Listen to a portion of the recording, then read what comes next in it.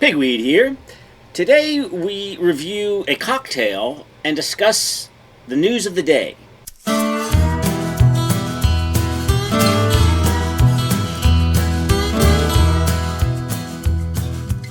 Hello and welcome to Beer and Conversation with Pigweed and Crow Hill. Good evening, Crow Hill. Good evening, Pigweed. What is on your mind? Well, first thing on my mind is how come I don't have a beer? I know. But well, as you know, this show isn't about current headlines. No. But sometimes a story pops up that's so good or interesting we feel we have to comment. Right. Yeah, That's right. Not always good. Not always good. Yeah. Not always good. So I guess that means it's time for news and booze. News and booze, with which is why I don't have a Crow beer. Hill. Yes. And that's why you don't have a beer. Okay, Yes. that explains it.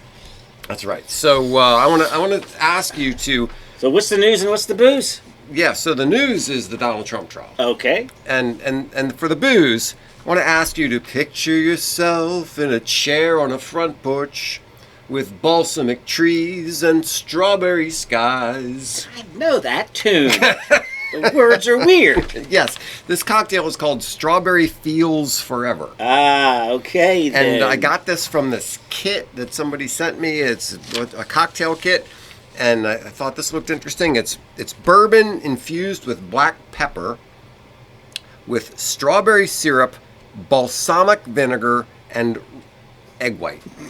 Hey, wait a minute. So we've got It sounds like bourbon, a witch's black pepper, Yes. strawberry, vinegar, Yes. and An egg. As if we're Rocky Balboa. It sounds like something that a witch would brew up and say, this will cure your problem.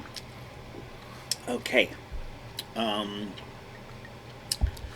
Hey, Hmm. that's kind of nice. The vinegar adds an interesting touch to it. It does. Mm-hmm. It doesn't. I'm not sure if I would even nail the vinegar if I hadn't read the recipe. Yeah. How about the pepper? Let's see about that. What did you have here? Pepper.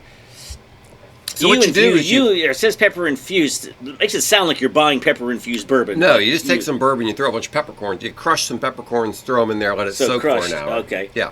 So they're cracked and then strained out. Yeah. So I tried this. I tried it just a sip before I added the egg white, and it was way more intense. The egg white mellows it out a bit nicely, actually. Because without the egg white, it just punches you right in the face. Well, it doesn't smell very good. No, it tastes better than it smells. It tastes better than it smells. Yes, It that's smells right. kind of funky. Yeah. But does. strawberry feels forever, and some of the strawberries getting lost in the I know. magic I'm here. not getting a lot of strawberry. I'm getting a lot of balsamic vinegar. I think I'm getting a little bit of pepper, and I'm getting some sort of a texture from the egg white, but I'm not getting any strawberries at all. I'm not strawberry feeling that's kind forever. of fun. I'm not sure it's going to win the kids over. No, I don't think so. It's not. I don't think we're going to do this again. But but it was an interesting experiment. Yeah. It's a fun little one-off. Yes. All right. So the Donald Trump trial and conviction. He's now a felon. I would say two things. We've had our first show trial, and welcome to Venezuela. Yes, we are a banana republic now. Yes, we are officially a state where you take all the instruments, all the apparatus of power, and go after your political opponent. Now let's. And then, I mean, in Venezuela, do they like pretend that you're not really going after your opponent, or do they just openly say, we're going after our political opponents? Sometimes they do that. They just like outlaw the other party. So maybe we haven't gone that far. So we're less honest than they are, but we're doing the same thing. You know, the funny thing is, during the 2016 campaign, Trump he kept saying, lock her up, about Hillary Clinton. Yes. Right? And in the debate. And people would chant. Yeah. And in the debate, somebody said, Hillary Clinton said something, and Trump said no, because you'd be in jail. So he played up this whole thing about her going to jail. But you know what happened? Nothing. She never went to jail. He never even followed up, threatened it, or anything. He dropped the whole thing. It was part of. It was part of his Trumpiness. It's his Trumpiness and his desire to cast her as a criminal, in which she probably is. Well, I think But- all presidents, honestly, I think all presidents are criminals when it comes to treating classified documents. All of them. Yeah. If And my daughter, Captain Crowhill, did any of those things, she'd be in jail for the rest of her life. Oh yeah, I mean, look, I don't know if these numbers are right, but how long has AOC been a Congress person? 2 terms? I think so. Yeah. So at $155,000 a year, I just read that she's worth $29 million. Wow. Okay, so Wow. I want to do. I do want to do this show because of the wealth of politicians before and after they became politicians, That's right. and really took a pay cut to become a politician. That's right. And what do you know? Yeah. Or Yeah, people they're who just- put up millions of their own dollars to become politicians. Why? Because they know that there's cash under that seat. And yeah. All right. Yeah, So it's pretty disgusting. So they are all crooks, and he did not lock her up. He did not use all the instruments of government to punish. Go after his political enemies. Which is what we're being told that he's going to do. Yeah. While we see it happen in real time. While it's actually happening in real time on the other side. There's this old saying that the left will accuse their opponents of doing what they're actually doing at that time. Yes. Well, yes, we did the whole Saul Alinsky playbook and all that sort of we thing. did the Democrats of the Party of Projection show, Mm-hmm. and got another projection show coming up here, a teaser. Mm-hmm. So, what were these BS charges? And without pretending to be lawyers, let's see if we can quickly work Yeah. through. So disclaimer, how this we're works. not lawyers. Yeah. All right. So the jury found, here's a quote. The jury found that Trump, who denies the charges, falsified business records in 2016 and 2017 when he made a series of payments to his lawyer and fixer, Michael Cohen, to reimburse Cohen for a payment of $130,000 that he made to Stormy Daniels, a pornographic film actor, in exchange for Daniels' silence about a sexual encounter with Trump in 2006. Paying Daniels to shut up, the prosecution had argued, amounted to a conspiracy to influence the election. Okay, what? Labeling the payments to Cohen, as Trump and his flacks did, as payments to Cohen's legal retainer was a fraud committed in furtherance of that conspiracy. So now, once again, I'm not a lawyer, but my understanding of this is that there's this misdemeanor charge of falsifying records, which is Because there's long nothing since- wrong with paying a porn star to shut her fat mouth. Yes. That's an NDA. That's a normal thing which that is people done. do. People do all the time. People Now, do all the time. Somehow they were able to elevate it to a campaign finance charge by saying, I don't know. By saying that this had to do with the campaign. However, according to Megyn Kelly, right? So, meaning that everything you spend money on could be to the furtherance of your campaign. Yes. Yes. getting your teeth whitened, going to the gym, Yeah, getting a haircut. Yeah. right, buying a suit, anything. Anything is right to make myself look better because I'm running for office. Yes. And shutting people up who could injure that. Yeah, but according What's to wrong? Go according ahead. to Megyn Kelly, who is a lawyer, that there's an objective test for what is and what is not a campaign expenditure. For this very reason. Yes. Because you could claim anything as a campaign expenditure. Yeah. You know, okay, I went to the dermatologist. Okay, that's a campaign expenditure because you need to look good on TV or whatever. So that's And- ridiculous, right, obviously. Right, and then by not putting it in the report, your haircut and your dermatologist is a violation of campaign because you didn't. Yeah, but according to Megyn Kelly, Right. there is an objective test about things that are and are not campaign expenses. Okay. And there's a list. I don't know what the list is, but there's things like hiring consultants. There are certain specific things that are campaign expenses, and all these other things, despite the fact that they have some relevance to the campaign, are not campaign expenses. All right. What do you call it? The federal campaign finance. Campaign finance reform and all that stuff. Yeah, campaign finance laws. Well, yeah, but who's this? FEC, the Federal Election Commission. Yes, they've already looked at this. Yes. and so has the And so local has the DOJ. DOJ, and also before Melvin Bragg, local officials have looked at it. So everybody said, all right, we've looked at it. It's not a crime. Alvin Bragg says, elect me and I'll make it a crime. I will somehow get Donald Trump. So I'm not a lawyer, but it sounds like this is what happened. He took an alleged records violation that the statute of limitation was already over. And then tied that into a federal crime over which he has no jurisdiction. Exactly. Because it would be a federal crime, and he has no jurisdiction over federal crimes. And it was not a federal crime because paying hush money has nothing to do with election costs. Right. So it sounds like it was a made-up crime from the beginning. Now, okay, let's make a distinction. Go ahead. Let's make a distinction between crime and was this a good thing to do?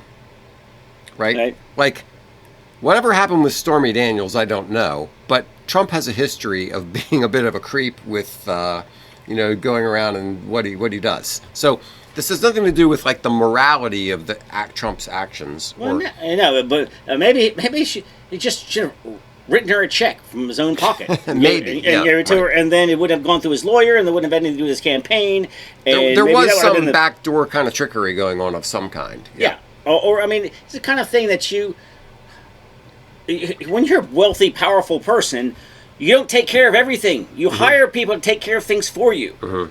So, Megyn Kelly said, when you go to the drop-down menu, there's no place for hush money. Right. So you say, well, out of these things, it's closest to campaign financing, so I'll click that one. Right. Because nobody gets charged for these kinds of things. Yeah. Well, that's another thing, is that totally aside from the fact that this seems to be it is at a minimum a novel legal theory, but it seems to be like it seems to be just like a completely made up crime. Right. But aside from all those things, if it wasn't Donald Trump, this case would never have been brought. So the Trump-hating legal minds admit to that. I say, well, of course not. Now, I thought the whole issue is comes down to a campaign interference. Yeah. Well, what else is this? Yeah. So from a particular point of view, the prospect of a Trump presidency is so awful that if we have to break a few eggs to get rid of this guy and get him in jail, if we have to bend the law, if we have to make up crimes, if we have to do all these other kind of things, that's okay, because we're trying to save democracy and save the world from another Donald Trump. Now, it also wouldn't have happened if you had a different judge. Yes. And how is it that this guy, these cases are assigned randomly? It just so happens that an openly hostile who has clear conflicts judge of interest. Yes. So one conflict of interest is that he made political campaign contributions, which violate some sort of ethics rules in New York. Another conflict is his daughter is raising money precisely on this issue. Yes. His daughter is raising political campaign money precisely on getting Donald Trump. Well, on this NDA, does she have to pay the money back? For Stormy? Yeah. I don't know, because she disclosed it. Yeah. I mean, it's hush money. You'd think it's so. Shut your mouth money. Yeah, and she didn't shut her mouth. And the whole thing is, I'm giving you money to shut your mouth. So let's get into that. We didn't hear much about Paula Jones, right? And she got $850,000 to settle a sexual assault charge from Bill Clinton. She held up the check on screen. Why wasn't that a campaign contribution? Yeah. Yeah. Why wasn't? Yeah. Okay. And right. But also, we didn't hear any of the salacious details. Why? Because she's been paid to shut up, and everybody knows that. So that whole salacious details thing. Now, I wasn't tied to this campaign, listening to the news all that way. But from what I understand, when Stormy Daniels was on the stand, she was giving a lot of salacious details. Even the judge who wants to hang Donald Trump was like, all right, easy. I know, we don't need to hear all that. Right. She apparently was going on and on about, porn star kind of stuff. So she knows her way around salacious. She probably knows her. Yeah, she knows her way around salacious. But One thing that I heard one of these legal eagles talk about was that her testimony went so far that it reminded him of the grounds that were used to overturn the Weinstein conviction. Because apparently what happened in the Weinstein conviction was that the judge in that case allowed a lot of salacious extra information to be brought into the court that really wasn't relevant and to influence the jury. And I think it was Dershowitz was saying this is precisely the same thing. Allowing Stormy Daniels to talk about, Donald Trump's junk and whatever else she talked about was exactly parallel to what was going on in the Weinstein case. And which injured their case. Yes, and it got overturned. Yeah. And there was another detail that was supposed to be exactly what happened in the Weinstein. One of them, it was either Dershowitz or one of the other legal experts, was saying that it's almost as if Judge Mershon read the decision in the Weinstein case where they were chiding the judge for doing certain things and said, let's do that. He did exactly the same thing. So apparently there's a lot of grounds for getting things overturned. So what I found most interesting was that listening as this thing is going on, I'm not paying a ton of attention, but it's coming up a lot. People commenting on the flimsy and bizarre nature of these charges. Yeah. And the sort of unprecedented nature of converting federal to a federal. I'm like, apparently it was a very new kind of a theory. I'm like, all right. So this thing sounds like it's gonna fall apart, right? So I'm like, but it only falls apart if the judge decides that it falls apart. Exactly. So I'm going, all right. There's going to be somebody in there that's going, based on this novel theory and these, made up or BS accusations, I'm not going to be that guy that denies 80 million Americans from their right to vote. Somebody in there is not going to. So I was kind of shocked when it came back guilty. Then I listened to Megyn Kelly and all of the analysts, and they're going, "Oh no, it couldn't have come. It could have come in any other way." I was like, "Oh really?" Based on what you put in the cake, this is what you were going to get. Yes, they were like, they went through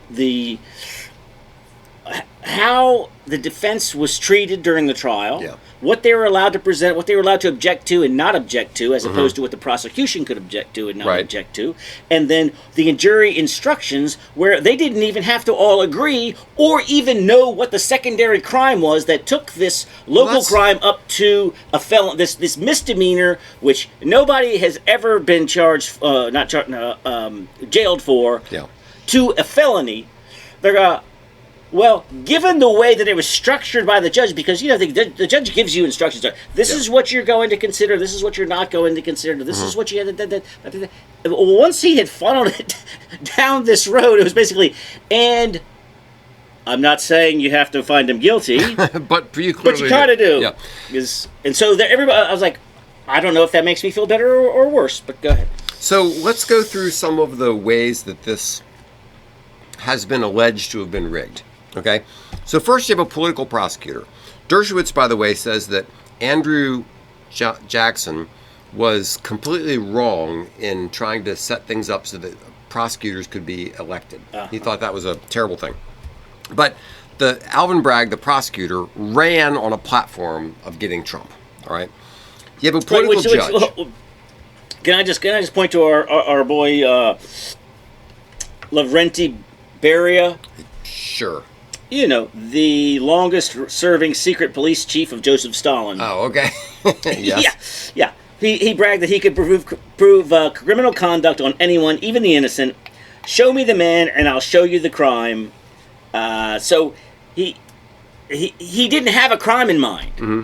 He wasn't saying, we know that Donald Trump committed this heinous crime. He just said, I'm going to find a way to get this guy. Elect me, and I will prosecute him for this. Mm-hmm. He said, elect me and I'll find a reason. I'll find a way to get Trump. That sounds kind of Stalin-y. It does.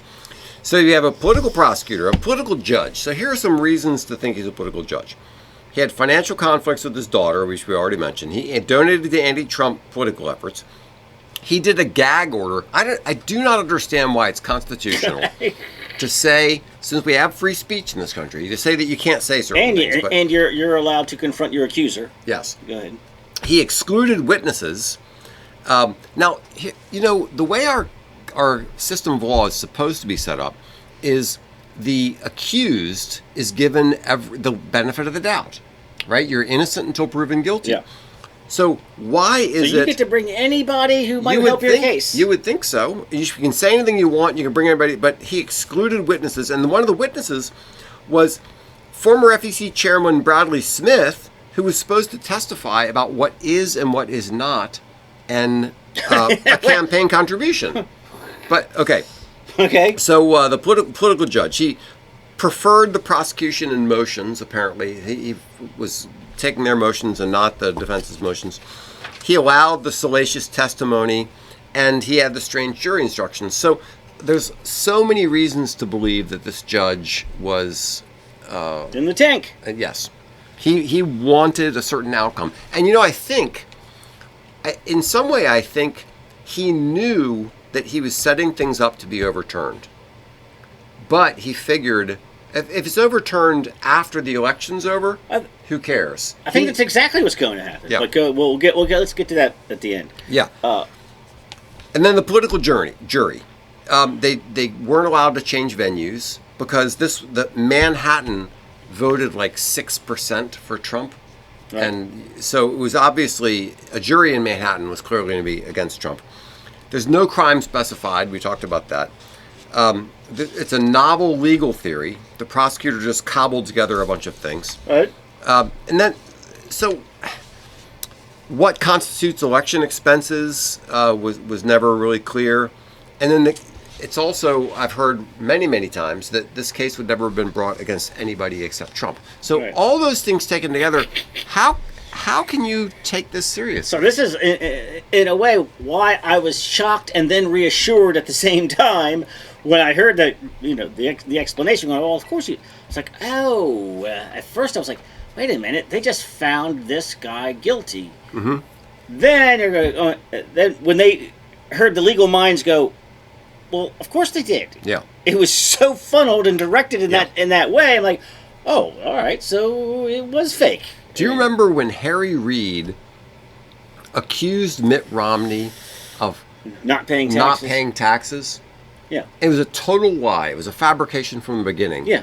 And then after the election, when Barack Obama won, they asked Harry Reid about it, and he said, is Mitt Romney president? Yeah. All right. He said, well, it worked, didn't it? It worked, yeah. The idea was, I think that's exactly what Judge Mershon is doing right now. Yeah. Is like, he's saying, yes. yeah, I'm breaking the rules. Yeah, it's going to be overturned. Yeah. Yes, this is political. Yes, I'm doing everything but incorrectly. Donald Trump won't be president, really. Yeah, but that none of that stuff will happen until after November. Right. So I will have scored a victory. Right. So the way you've got the guy who got in as Stalin's aide, Bragg, the hostile judge who just happened to be chosen. Mm-hmm.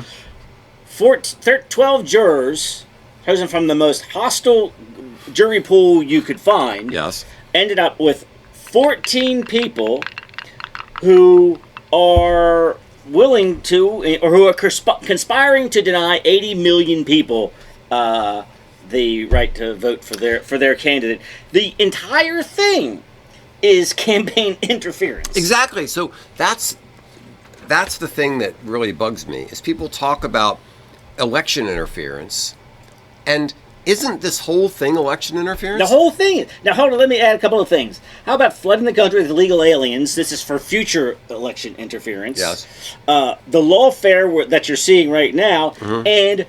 and using taxpayer money to simply buy votes from students who mm-hmm. paid off their student loans. I mean, it's one thing to, if you're a millionaire and you go spread a little cash around, you're using taxpayer money. You're not even using your own boat. Money, you cheapskate. What about, isn't it a little strange that the guy who was number 3 at the Department of Justice, the former acting Attorney General, number 3 at the Department of Justice, left that position, lost a lot of salary to go and help this bogus prosecution in New York? Isn't that at least to some extent evidence that this was choreographed from above? Well, I would say yes, but they asked Merrick Garland, and he said no. Oh, so that solves it. Yeah. So who was it? There's this congressman I don't like. He annoys me. You don't like Matt Gaetz? No, I don't like Matt Gaetz. He annoys me. I don't like him personally. Yeah. He annoys me personally. But he will hold some feet to fire. He asked some good questions, and he was asking Merrick Garland, okay, fine. You came in here and said it's a conspiracy theory that this was coordinated from the... He says, okay, fine. If that's true, show us your communications. Show us your emails. I resent this suggestion that this... Right? Isn't that kind of his reaction? Yeah. And Gaetz is like, okay, fine. Show us the documents of your communications with Letitia James and Fonnie Willis and all these other different people. So we can be sure. So we can see that, that there's no coordination between the White House and these super independent prosecutors who are going after Trump for no other reason than no one is above the law. And he could be anybody in America. And the crazy thing about all this is all the things that were the scare stories that are told about Donald Trump is that he's going to corrupt justice. He's going to do this. He's going to go after his enemies. That's exactly what they're doing. This is the old party of projection. We can't let Donald Trump be president because he's going to use the instruments of government to go after his political... Wait a minute. Oh, wait a minute. Wait a minute. Well, where would he learn that from? Yeah, the Department of Justice isn't going after pro-life activists, for example. The Department of Justice isn't going after conservative Catholics for some crazy reason. I mean, there's all kinds of examples of the Biden Justice Department. Yeah, right. You can block streets and set a church on fire, but if you pray in front of an abortion clinic, you're going to jail. 4 years. Yeah, you're going to jail. It's amazing. It's absolutely amazing. Yeah. But how I always thought you would do this. How about you run a really competent candidate and get a lot of people to vote for your guy, and then you let the other side get their candidate and vote for their guy, and then see who wins. Yeah. Or you could just go after the other guy. Why? Because maybe your candidate isn't that great. Isn't it pretty obvious that the reason they're doing all this is they've got nothing. Joe Biden is a zero. Joe Biden is a complete zero. So the only way they have to win is to go after Trump and to put him in jail, to make him a felon, to do all these things. I was going to save this to the end, but now that you brought it up. So you've got stick with senile Joe. Yeah. You can rally behind cackling Kamala and somehow get Joe to step aside. Right. Or you pass up on the first black woman president to run some white dude after telling us for 4 years that you're the equity party. That's the position. Those are the options. No, right. Those are the options they have. Option 4 is destroy the opposition. Right. Because options 1, 2, and 3 are absolutely untenable. Yes. The thing is, we do everything to assassinate. Not really, but if he goes to jail and doesn't have Secret Service help, well, you never know. And they're already talking about that, pulling Secret Service after they get to jail, which takes me to the sentencing phase. Yes. Okay. Let's talk about sentencing. Sure. Right. Yeah. What the heck? So I've heard so many theories so jail about time this. is on the table. Yes, it is. Right. Yes. So, of course, this is coming from, not only did he run on getting Donald Trump, he also ran on too many people are going to jail and violent crimes. Many crimes will be reduced from felony to misdemeanor and jail time to no jail time. If you push somebody in front of a train in New York and kill them, yeah. you're not going to go to jail. But if you do an accounting error that somehow can be turned into a Federal Election Commission felony by some weird theory. For a 77-year-old man who has never been convicted of any crime ever, he's going to go to jail. Let's take Donald Trump's name off the thing, and you're a judge, and you're already been the guy who's no jail time for armed robbery, if the gun isn't loaded, is actually is not as a non-jail time thing in Alvin Bragg's mind. But accounting errors we cannot have that. Wow. So could he with a straight face ask for jail time? Yeah. So the question, as far as I'm concerned, the law is off the table. The law has nothing to do with what's going on right now. The question is, what did you run into a loogie? I don't know. There was a loogie in there. A little bit of egg white that wasn't shaken up enough. Yeah, sorry. So, as far as I'm concerned, the law is off the table. What they're thinking is, what is the best political course to take here? So I've heard different theories about this. Yeah. Some people say, well, sentence him to 2 years, but suspend the sentence. So it will still be on the record legally that you were sentenced to jail. Yes. Right? Because I think. Oh, well, go ahead. Finish. Yeah. So the idea would be, in that case, exactly. You're going to tell people this guy should be in jail, but because of circumstances, because he's an old guy and whatever, we're not going to put him in jail. And then what they get is the benefit. Yeah. Of saying you're a convicted felon who's guilty of who should be in jail, but we're not going to try to upset the election and all these exactly. And so, in one sense, what they want is for all of mainstream media, all of the anti-Trump media, to never say 2 words. You always say 4 words. You never say Donald Trump. You can only say convicted felon Donald Trump. Yes. Thinking that if we just drill that into the heads of the voting public for 4 straight months, then that will have enough on the effect, but it's effect on the election. But it's not campaign interference, of course. Right. That's all they want. And so, what would be the point of the jail time?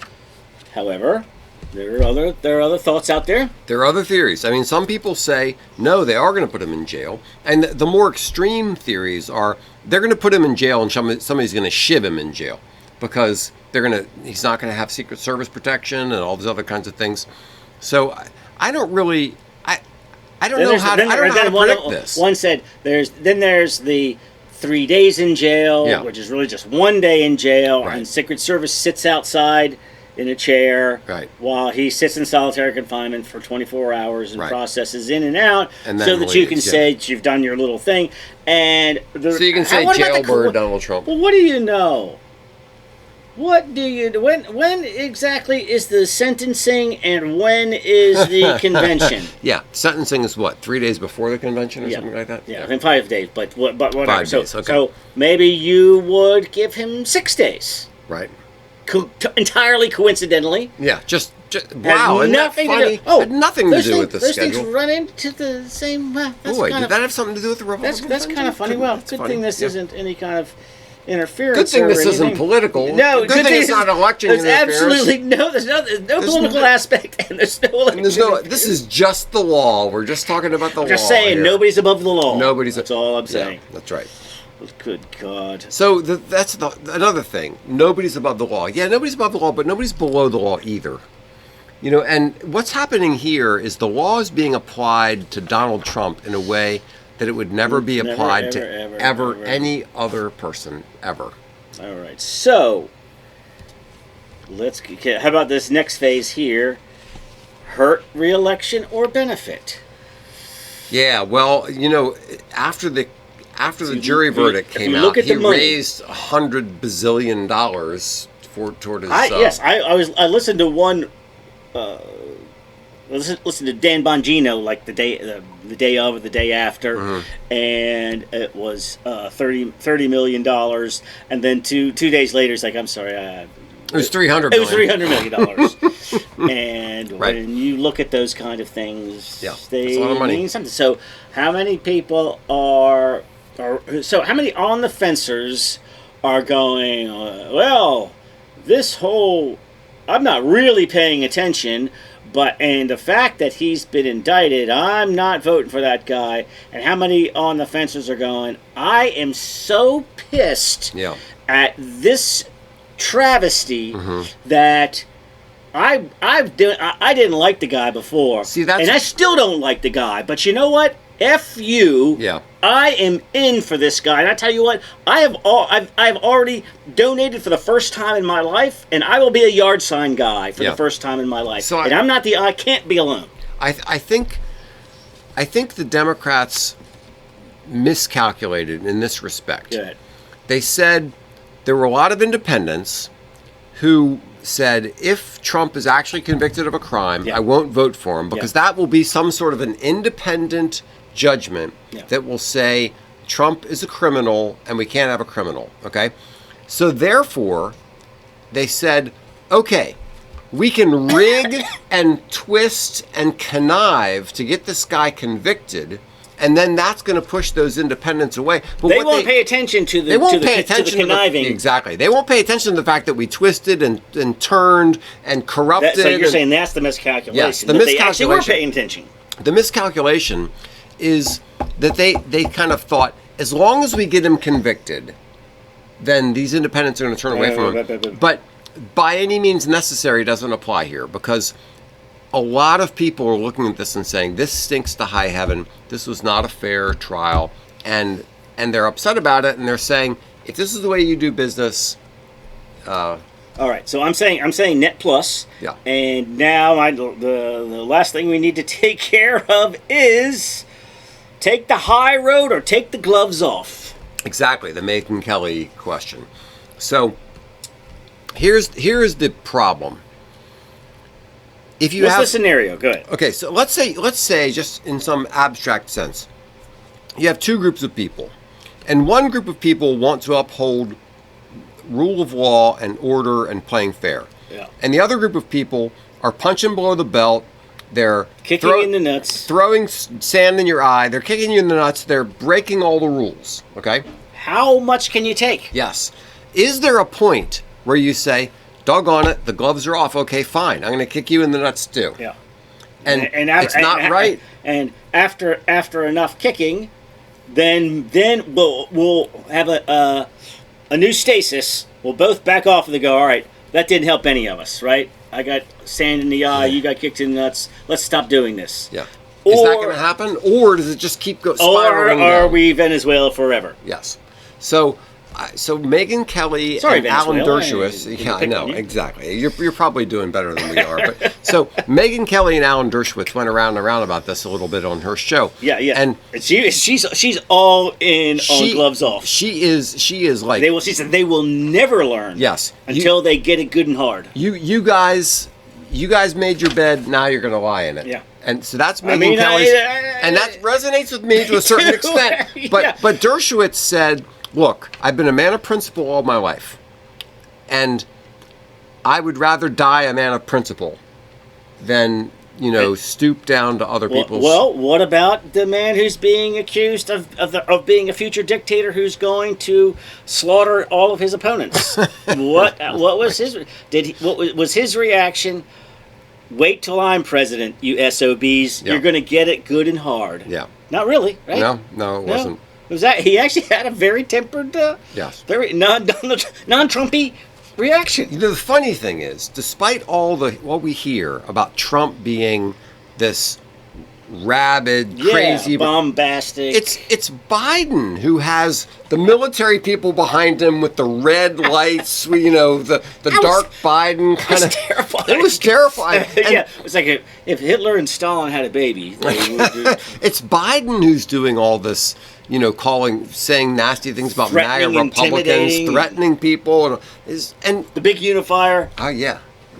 So it is this whole kind of backwards world where the people who are saying they're for democracy and they're for the rule of law are not for democracy. They're not for the rule of law. They're just for power.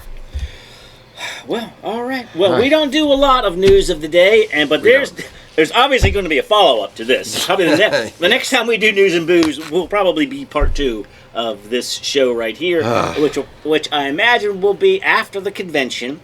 And after the sentencing, which is before the convention, and then after the convention. How about we meet right back here a couple of days after the convention? Well, I'm all for meeting right here. I'm just not thrilled about the whole prospect of all this garbage. All right. Cheers. Cheers. Thanks so much for listening to Beer and Conversation with Pigweed and Crowhill. Remember to visit us at pigweedandcrowhill.com or send us an email at pigweedshow@gmail.com.